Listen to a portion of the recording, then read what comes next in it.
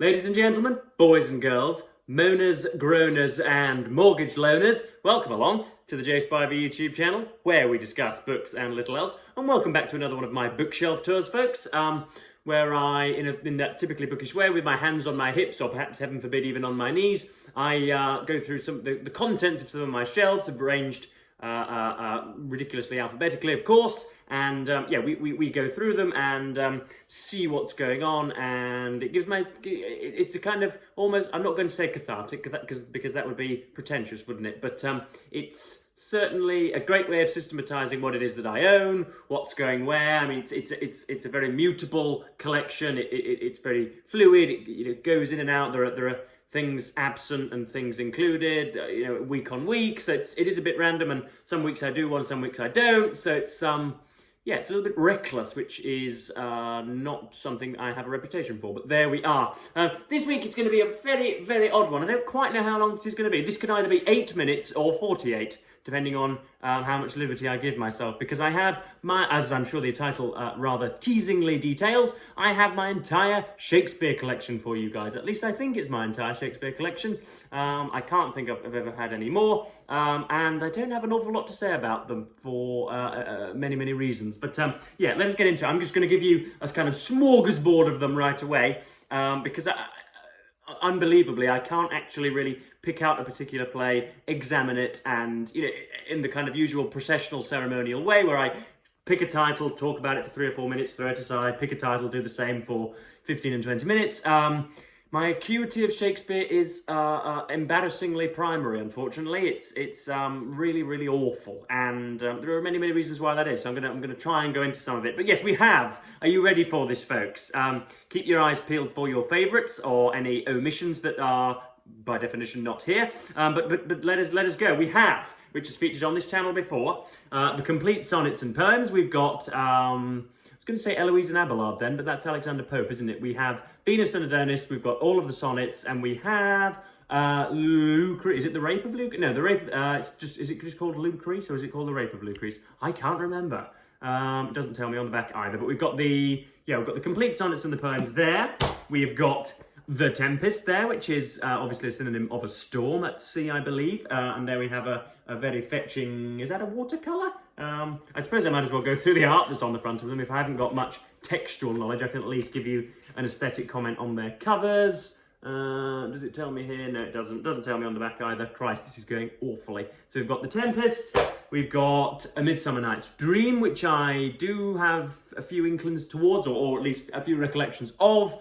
A very kind of whimsical, very dreamy, very wishy-washy sojourn in the woods, as it were. Awful lot to pick up in there about our faith in fate and prophecy, and of the dictates of, sort of invisible, higher metaphysical beings. But that's about it. Midsummer Night's Dream. We've got Coriolanus, which, as far as I can remember, is about a sort of an ill-fated and fallible male military leader, I think. Ralph Fiennes has played him in a modern adaptation set in Afghanistan or Libya.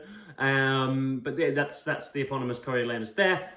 Stupidly, these Oxford University presses or Oxford World's Classics don't have a blurb on the back like the much better Penguin Classics do. But there's a rather bloody Coriolanus there, presumably looking sort of rather cold and unapproachable, rather than, you'd expect Coriolanus to be absolutely fierce on the front, wouldn't you? But there you are, that's Coriolanus.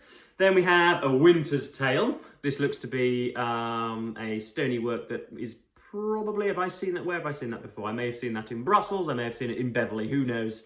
Yes, this is The Winter's Tale. I'm going to have to put that aside because I cannot prevaricate any longer. We have Measure for Measure, which looks like an anemic Queen Victoria on the front there. Very astute, very, what else might we say? Quite austere and a little bit punctilious there, whoever it is on the front. What else? Yes, we've got, textual. I might as well give you a kind of a systematic look at what these editions supply, because I haven't got much knowledge on the texts. We've got lengthy introductions here, 20 and 30 page introductions. We have lists of illustrations. We have, what else we got? We've got textual introductions. We've got editorial procedures. Then we've got the bulk of the play. Then we have appendices. So yeah, measure for measure, there we are. I've got the first one, I've got first of my 2 copies of Hamlet. That is an awful cover. That is supposed to be, of course, the Danish prince that is, I don't quite know what he's doing there. One is drawn to the buttocks, is one not, in a kind of, that's a weird sort of scattergram. Where's he meant to be? He's supposed to be in a field, I believe, but that's a really pants cover, if ever I've seen one.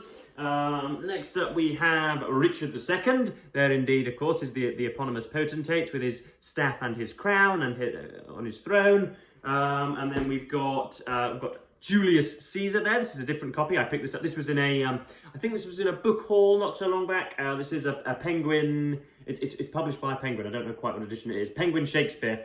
When it seems that Julius Caesar may assume supreme power, a plot to destroy him is hatched by those determined to preserve the threatened republic. But the different motives of the conspirators soon become apparent when high principles clash with malice and political realism. As the nation plunges into bloody civil war, this taut drama explores the violent consequences of betrayal and murder. And then we've got some quotations up of there. But this was, this was $6.99. Quite why it was I picked up this, I'm not too sure. But yeah, if we wish to know the force of human genius, we should read Shakespeare. That's William Hazlitt, as we can tell.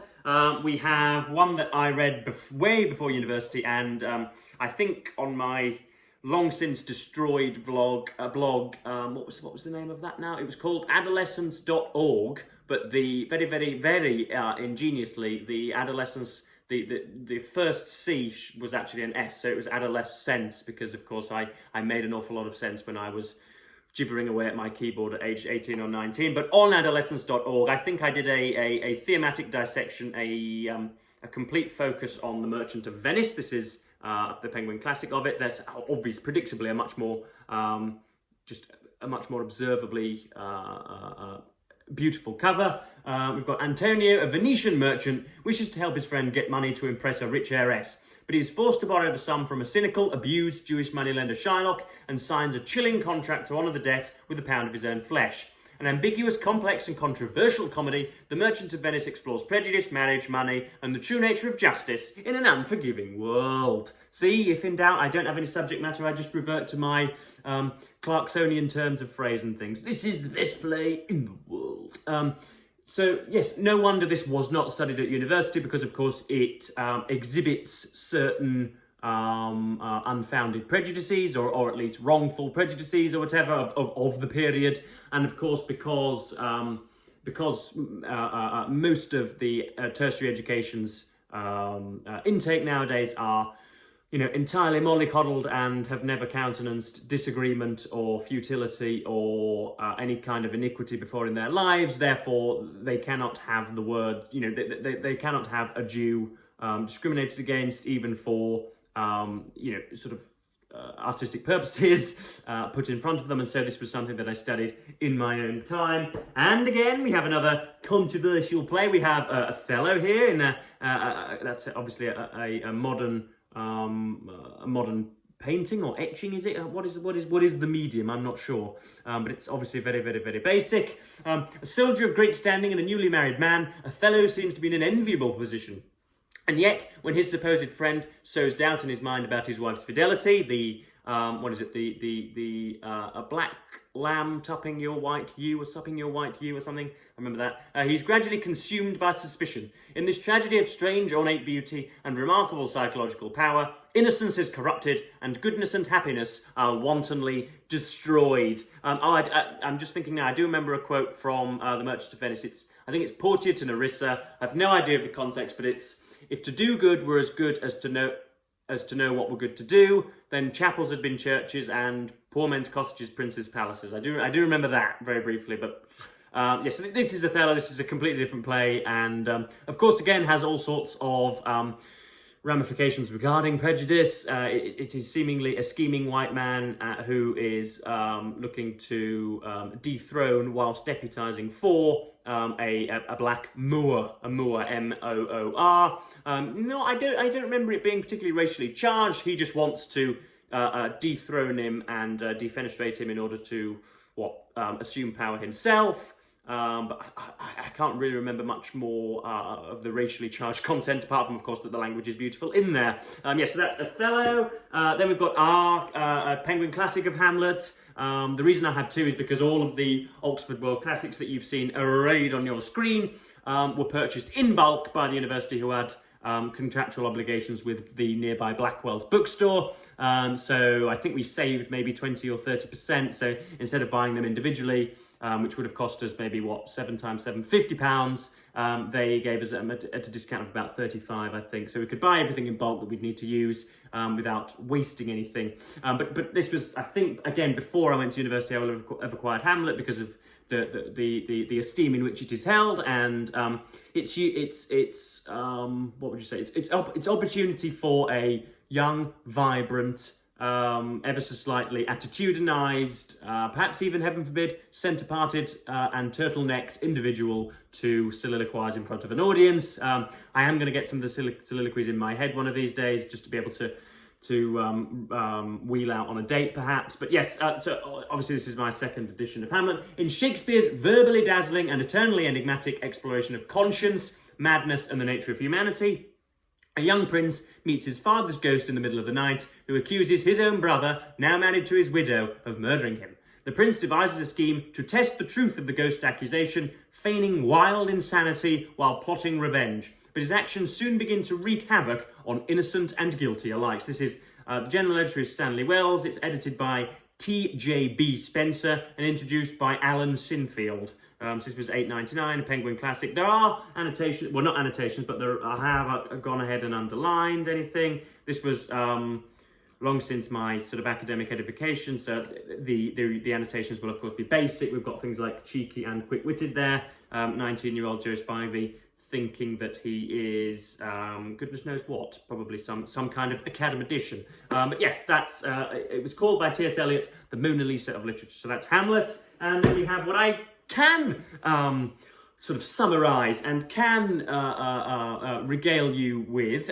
We have William Shakespeare's Macbeth. I picked this up, I think it was it last week? I think it was, yeah, just last week from Waterstones. My auntie gave me, as I said at the time, I think a crisp £20 note, and I went down to the store and purchased books with it rather than the carnal company of a gutter-side wench, which is how, that's the only other way in which I can dispose of my liquidity. But yes, so we have Shakespeare's blood-soaked drama of murder, madness, and what is that phrase, ladies and gentlemen? It doesn't rain, but it pours, on the day where, indeed, I seemingly cannot muster any sort of analytical brilliance or any sort of insight on the books that I'm showing you.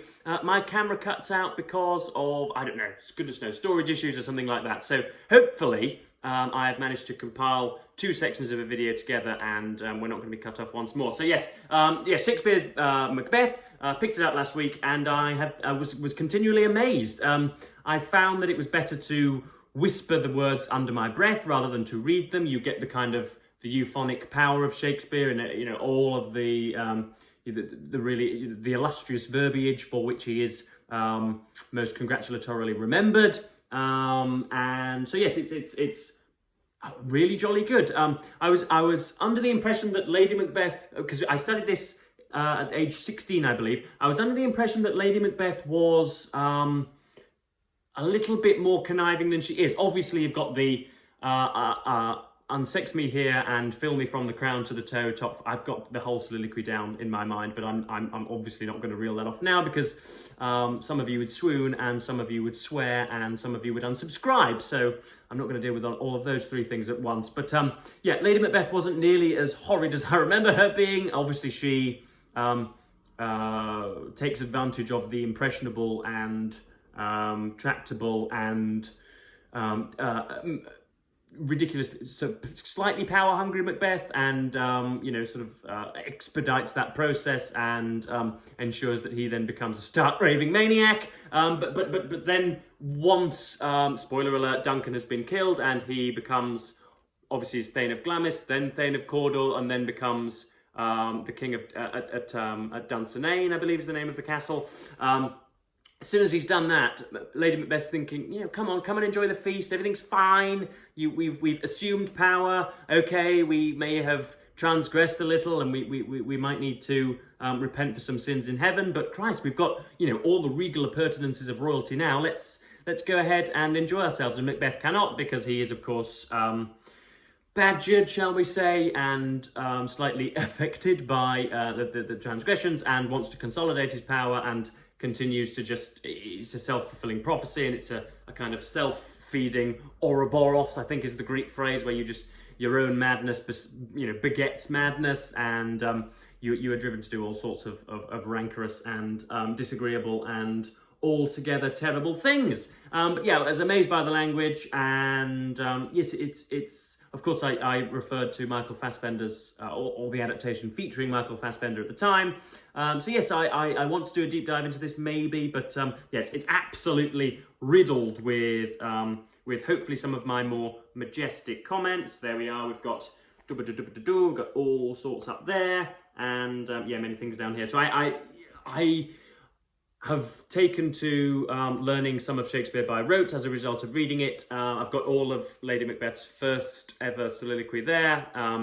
The bit about the raven himself, his horse that croaks the fatal entrance of Duncan under my battlements. Notice how very early on she has the contumacy to say that it is the battlements are hers rather than Macbeth's. So yeah, I'm taken to learning Shakespeare by rote because I don't know really, because it's obviously self-aggrandizing. If I can just, as I said earlier, wheel them out in public, that would be jolly good. And inevitably, when I take dictatorial power and I have to sort of issue out missives to some of my subjects, it would be nice to couch it in some of the gorgeous and elaborate language of Shakespeare. But also, I've found that obviously the memory is a muscle, and the hippocampus can actually almost physically adapt to the amount of stuff that you pile into it, and the more one tries to learn or tries to remember, the more one remembers. It's again, it's self-fulfilling, and so I found that very helpful and very beneficial and very rewarding to get a sort of 15-page block of text that, but 2 or 3 days ago was almost entirely not incomprehensible, but forgettable, is sort of parcelled up with a nice little bit of ribbon and perfectly planted into your brain. So yes, that's Shakespeare's Macbeth as a Penguin classic. I thought that I would probably quit the video now. I do have 2 other authors whose surnames start with S, just as an insurance policy, just in case I didn't quite do as long a video as I wanted. But I think probably now with the 2 sections, we're coming up to about 16 or 17 minutes. So that was my collection of Shakespeare, and of course I went on, I picked the course that was entirely devoted to Shakespeare in my 2nd year at university, and didn't enjoy it, to say the least. I would be completely in the thrall of Boast Immortal Bard, and would be a bardolater in everything but name, and would be absolutely loving it when I was sort of laid on my bed or on a park bench reading the stuff in preparation for the lecture and the seminar, and then found that what might we say, the extractions of some of my lecturers and seminar leaders were at variance with mine, shall we say. It seemed, I don't know how it was that, apart from in Macbeth, what would you say, the most insightful differentiation you could draw from Shakespeare, or yeah, the biggest and most obvious insight from Shakespeare was the difference between men and women, and of gender, and of power dynamics, the usual Foucaultian folderol. So I found that rather than focusing on the beauty of the language and of some of the psychological effects of Shakespeare, we just tended to look at how men occasionally bop women on the head or patronise them by patting them on the head, and how men and women are sort of ineluctably mutable, which is of course nonsense. Just all of the School of Resentment stuff that Harold Bloom hated, all of the subtle and quite pugilistic inexactitudes of academic institutions, sort of really wrung all of the fun out of it for me, and all of the allure. So that's probably why I don't remember many of them. I've read all of them, but I can't remember a great deal about them, because I was, first of all, I was probably drug-addled at that point anyway, or at least alcohol-addled, and so my acuity of the text suffers because of that, but also because my thought leaders at the time weren't the most propitious and advantageous. They weren't very good. So I hope this has been a reasonably informative... It's not been an informative video, Joe, don't lie to your audience, but I've shown you what Shakespeare books I own and why it is that in the past they have been somewhat ruined for me. And I've had to split this damn video into two, so I'm going to have to go to my editing studio, heaven forfend, in a moment's time in order to compile the two or join the two so that you get a seamless video. So yes, I'm going to stop jabbering on and say thank you ever so much for watching BookTube and say goodbye.